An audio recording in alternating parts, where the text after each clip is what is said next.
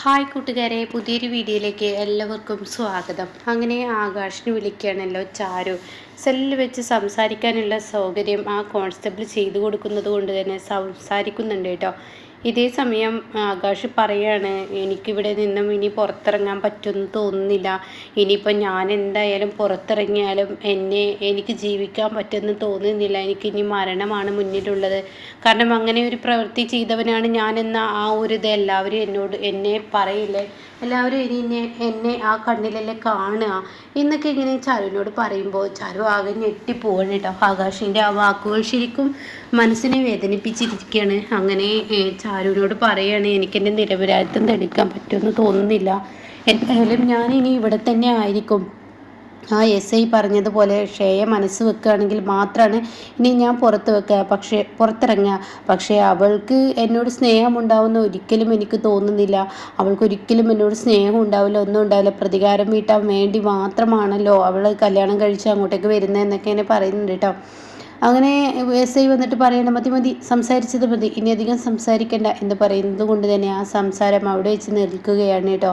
പിന്നീടാണെങ്കിലോ തൻ്റെ ഉള്ളിൽ വലിയൊരു വിഷമമാണ്. ചാരുവിനിങ്ങനെ സങ്കടം വരികയാണ്. ആകാശിൻ്റെ ആ വാക്കുകൾ തന്നെ വല്ലാതെ മുറിവേൽപ്പിച്ചിരിക്കുകയാണ് കേട്ടോ. അങ്ങനെ ചാരു ഇങ്ങനെ മനസ്സുകൊണ്ട് ചിന്തിക്കുകയാണ്, ഈശ്വര, ആകാശേട്ടനെ രക്ഷിച്ചേ പറ്റുള്ളൂ.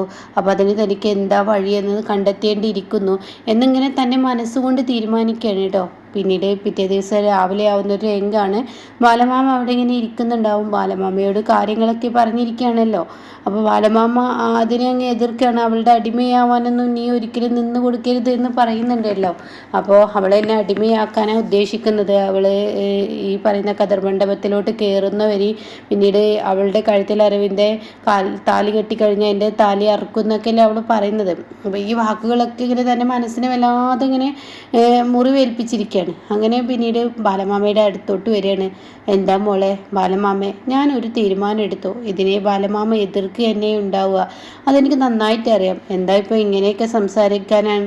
എതിർക്കുന്ന കാര്യങ്ങളാണെങ്കിൽ പറയണ്ട. അപ്പോഴേക്കും അരവിന്ദനും അതുപോലെ തന്നെ ഈ പറയുന്ന ഹേമയും അങ്ങോട്ടേക്ക് എത്താണ് കേട്ടോ. അപ്പോൾ അർച്ചനയും അതുപോലെ തന്നെ ഹനുവും ബാക്കിയുള്ളവരൊക്കെ അവിടെ നിൽക്കുന്നുണ്ട്.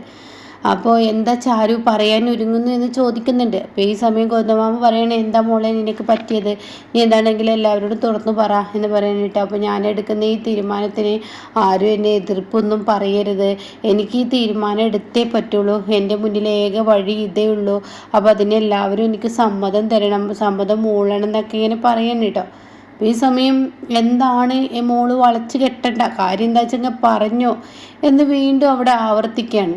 അപ്പോൾ ഈ സമയം ബാലമാമയോട് പറയാണ്, ഞാൻ ഈ പറയുന്ന ശ്രേയയുടെ പുടവ എടുക്കാൻ ഞാൻ ഇവരുടെ കൂടെ പോവുകയാണെന്ന് പറയും കേട്ടോ. അത് കേൾക്കുന്ന ഇവർക്ക് എല്ലാവർക്കും സന്തോഷമാവുകയാണ്. ഇപ്പോഴെങ്കിലും നിനക്കൊരു ബുദ്ധി വന്നല്ലോ, ഇങ്ങനെയാവണം നല്ല പെൺകുട്ടികൾ, ഇങ്ങനെ തന്നെയെന്ന് അരവിന്ദൻ പറയാണ്.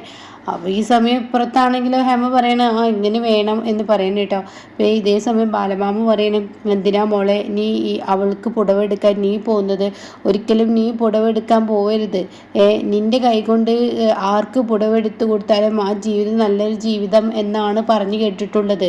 അതെല്ലാവർക്കും അറിയാം, നാട്ടിലെല്ലാവർക്കും അറിയാം. അതുകൊണ്ട് നീ അവളെപ്പോലെ ഒരുത്തിക്ക് പുടവെടുക്കരുത്, പ്രത്യേകിച്ച് എൻ്റെ മകന്. അപ്പോൾ ഈ പേര് ഇതോടുകൂടി നിനക്ക് നശിക്കും. അതപ്പോൾ അതിനുണ്ടാവാനുള്ള ഇടവരുത്തരുത്. എൻ്റെ മകനാണ്, അവന് ആരെ കല്യാണം കഴിച്ചാലും അങ്ങനെയൊക്കെ തന്നെ ഉണ്ടാവത്തുള്ളൂ. അതുമാത്രമല്ല, അതിനനുസരിച്ചൊരു പെണ്ണാണ് വരുന്നത്. നമ്മുടെ ജീവിതം തന്നെ ഇപ്പം നരകതുല്യമാക്കിയിരിക്കല്ലേ. അപ്പോൾ അത് കേൾക്കുന്നതിനോട് കൂടി ദേഷ്യം പിടിക്കുകയാണ് കേട്ടോ. നിങ്ങൾ സ്വന്തം മകനെ കുറിച്ചാണ് ഈ പറയുന്നതെന്നുള്ള ഓർമ്മ നിങ്ങളിൽ ഉണ്ടായിക്കോട്ടെ എന്ന് ഹേമ പറയാണ്. എൻ്റെ മകനാണെന്ന് എനിക്ക് പറയാൻ തന്നെ അറപ്പും വെറുപ്പുമാണ്. സ്വന്തം അച്ഛൻ്റെ വാക്കുകൾക്ക് വില കൽപ്പിക്കാത്ത ഇവനോട് എന്ത് പറയാനാണ്? എൻ്റെ അച്ഛൻ്റെ വാക്കുകൾ പിന്നെ എൻ്റെ മകൻ എന്താ നിങ്ങൾ പറഞ്ഞു വരുന്നത്? എന്നും ഇങ്ങനെ ഒന്നുമില്ലാത്തവനെ പോലെ ഇങ്ങനെ ദരിദ്രനായി നടക്കണ നിങ്ങളുടെ വേറെയുള്ള മക്കളൊക്കെ നിങ്ങൾ നല്ല രീതിയിൽ വളർത്തുമ്പോൾ എൻ്റെ മകനെക്കുറിച്ച് നിങ്ങൾ ഓർത്തിട്ടുണ്ട്? എന്താണ് ഞാൻ ഇവന് വേണ്ടി ചെയ്യാതിരുന്നത്? ഈ നിൽക്കുന്ന അപ്പോഴേക്കും ബാലമാമയും മതി സംസാരം. ഇനി ബാലമാമ കഴിഞ്ഞതൊന്നും ഇങ്ങനെ വീണ്ടും വീണ്ടും ആവർത്തിച്ചിങ്ങനെ അത് ഓർക്കാനാച്ചെങ്കിൽ ഞാൻ ഒരിക്കലും ഇഷ്ടപ്പെടുന്നില്ല. ബാലമാമ എവിടെ വെച്ച് ഈ സംസാരം നിർത്തും. അത് കേട്ടിടന്നതിന് ഗോവിന്ദമാമ പറയണേ, എന്താ മോളെ നീ ഇങ്ങനെയൊക്കെ സംസാരിക്കുന്നത്, എന്താ അപ്പോൾ നിനക്ക് ഇങ്ങനെ തോന്നാൻ, നീ അവൾക്കൊന്നും പുടവെടുത്ത് കൊടുക്കാൻ പോണ്ട. പറശ്ശിനി പറയുന്നത് ശരിയാണ്, നീ എടുത്ത് കൊടുക്കാൻ പോണ്ട. അപ്പം അനുവും പറയണേ, എന്തിനാ ചേച്ചി വെറുതെ അവൾക്കൊക്കെ ഒരു പുടവെടുത്ത് കൊടുക്കാൻ പോണേ. അപ്പോൾ ഈ സമയം ഇതൊക്കെ കേൾക്കുമ്പോൾ ശരിക്കും ദേഷ്യം പിടിക്കുകയാണ് കേട്ടോ. എന്താണ് ഇങ്ങനെ അരവിന്ദനും ഹേമക്കും. അപ്പോൾ ചാരു പറയണേ, എനിക്കെൻ്റെ ആകാശേട്ടനാണ് വലുത്, എനിക്കെൻ്റെ ആകാശേട്ടനെ രക്ഷിക്കാൻ ഒരു വഴിയില്ല.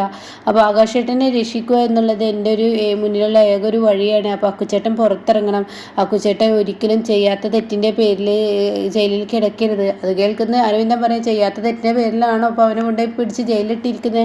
അപ്പോൾ ഉടനെ തന്നെ ചാരു പറയണേ, ഞാൻ എന്തായാലും പുടവെടുക്കാൻ പോവുകയാണ്, ഇനി ബാലമാമ തടഞ്ഞാലും ഞാൻ പോവും, കാരണം എനിക്ക് എൻ്റെ അക്കുച്ചേട്ടന് വേണ്ടിയാണ് ഞാൻ പോകുന്നതെന്ന് ബാലമാമ മനസ്സിലാക്കുക എന്ന് പറഞ്ഞിട്ട് അവിടെ നിന്ന് പോവുകയാണ്. അപ്പോൾ ഈ സമയം ഉടൻ തന്നെ ഹേമ പറയാണ്, അവൾക്കിപ്പോൾ നേരം വെളുത്തു, ഇനി നിങ്ങളുടെ മകനാണെന്നുള്ള ചിന്താഗതി നിങ്ങളിൽ ഉണ്ടെങ്കിൽ തീർച്ചയായും നിങ്ങളുടെ മകൻ്റെ കല്യാണം നടത്താൻ നിങ്ങൾ പോരെ.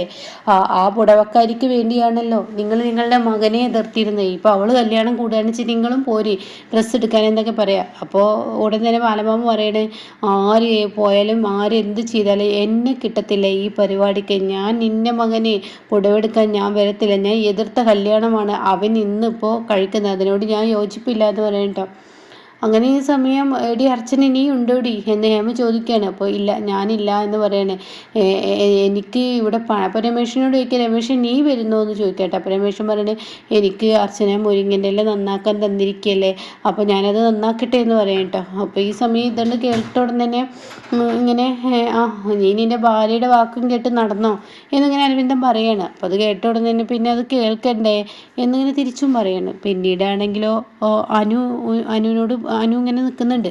അതേസമയം ഇപ്പുറത്ത് പോയിട്ട് എന്താ ചെയ്യുന്നത്, ചാരു ഷേക്ക് വിളിക്കുകയാണ്. ഷേയോട് പറയാണ്, നിൻ്റെ ഫോൺ കോൾ ഞാൻ കാത്തിരിക്കുകയായിരുന്നു. പക്ഷേ ഷേയ പറയാട്ടോ.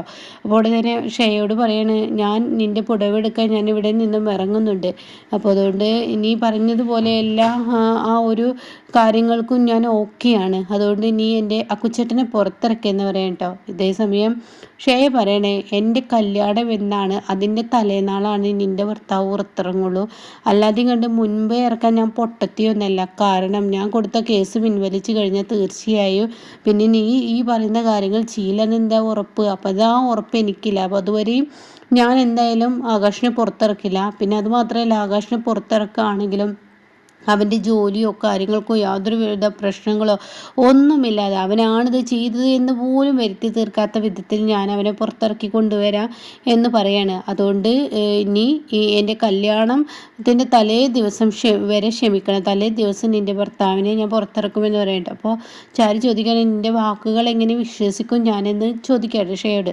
അപ്പോൾ ഷേയ പറയണേ, എൻ്റെ വാക്കുകൾ വിശ്വസിച്ചോ, ഞാനൊരു ഉറപ്പ് നിനക്ക് തരുന്നു, എന്തായാലും നിൻ്റെ ഭർത്താവ് ഇതാണ് ചെയ്തത് എന്നുള്ളത് ഇനി ഉണ്ടാവില്ല, നാട്ടുകാരും അവനെ നോക്കില്ല എന്ന് പറയട്ടോ.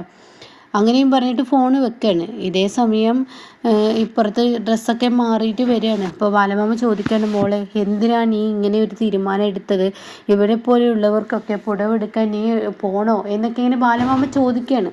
അപ്പോൾ ഈ സമയം മതി ബാലമാമ ഇനി അതിൻ്റെ. അപ്പോഴേക്കും ഗോവിന്ദമാമ പറയണം, മോളെ വേണ്ട, ഇല്ല ബാലമാമ ഗോവിന്ദമാമ, എനിക്ക് എൻ്റെ അക്കുച്ചേട്ടനെ രക്ഷിക്കുക എന്നുള്ളത് എൻ്റെ മുന്നിലേക വഴി ഇത് തന്നെയുള്ളൂ, അവൾ പറയുന്ന എല്ലാ കാര്യങ്ങൾക്കും ഞാൻ ഒപ്പം നിൽക്കുക, അത്രയേ ഉള്ളൂ, ഞാൻ പോകുന്നതെന്ന് പറഞ്ഞ് ഇറങ്ങുകയാണ്.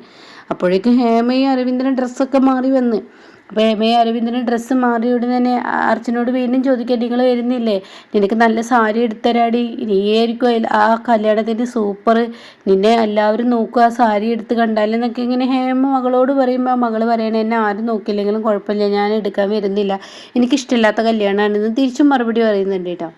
ഇതേ സമയം അതങ്ങ് കഴിഞ്ഞു പോകുന്നു. പിന്നീടാണെങ്കിലോ അനുവിനോട് ചോദിക്കാൻ, നീ വരുന്നോടി എന്നിങ്ങനെ ഹേമ ചോദിച്ച ഉടനെ തന്നെ അനു പറയണേ, തീർച്ചയായും ഞാൻ വരും, ഇവൾക്കെങ്കിലും ബുദ്ധി ഉണ്ടായല്ലോ, ഇങ്ങേർക്കും അതായത് ഇവൻ്റെ തന്തക്കും നിനക്കുമല്ലടി ബുദ്ധി ഇല്ലാത്തത് എന്ന് പറഞ്ഞ ഉടനെ അനു പറയണേ, എനിക്ക് ബുദ്ധി ഉണ്ടായിട്ടല്ല, അങ്ങനെ എൻ്റെ ചേച്ചിയെ ഒറ്റയ്ക്ക് വിടാൻ ഞാൻ തയ്യാറല്ല, അതായത് എൻ്റെ ചാരു ചേച്ചിയെ ഞാൻ ഒറ്റയ്ക്ക് വിടില്ല, കാരണം നിങ്ങളൊക്കെ കൊണ്ടുപോകുന്നുണ്ടെങ്കിൽ മിണ്ടാപ്രാണിയെ ഇട്ട് കൊത്തി വലിക്കാനായിരിക്കും. അത് ഞാൻ ഒരിക്കലും അനുവദിക്കില്ല. അതുകൊണ്ട് ആണ് ഞാൻ പോകുന്നത് എന്ന് പറയും കേട്ടോ. ഇത് കേൾക്കുന്ന ബാലമാമക്ക് മനസ്സിനൊരു സമാധാനമാവണേ. ഇതേ സമയം തന്നെ എതിർത്തിട്ട് പോകുന്നത് ആലോചിക്കുമ്പോൾ തനിക്ക് സഹിക്കാനാവാതെ ഇങ്ങനെ നിൽക്കുകയാണ് ബാലമാമ. അപ്പോൾ അവൾ എന്തെങ്കിലും ഒരു തീരുമാനം ഇല്ലാതെ പോവില്ല എന്ന് ഗോവിന്ദമാമയും പറയുന്നുണ്ട് കേട്ടോ. അപ്പോൾ നെക്സ്റ്റ് ഇങ്ങനെയൊക്കെയാണ് ഇനിയിപ്പോൾ വരാനിരിക്കുന്നത്. അപ്പോൾ എന്തായാലും ഇവരുടെ കല്യാണം വരെ എത്തുന്നുണ്ട്. അപ്പോൾ നല്ലൊരു മുഹൂർത്തം തന്നെയാണ്, തിരിച്ചടി വരാനിരിക്കുകയാണ് കേട്ടോ ഇനി.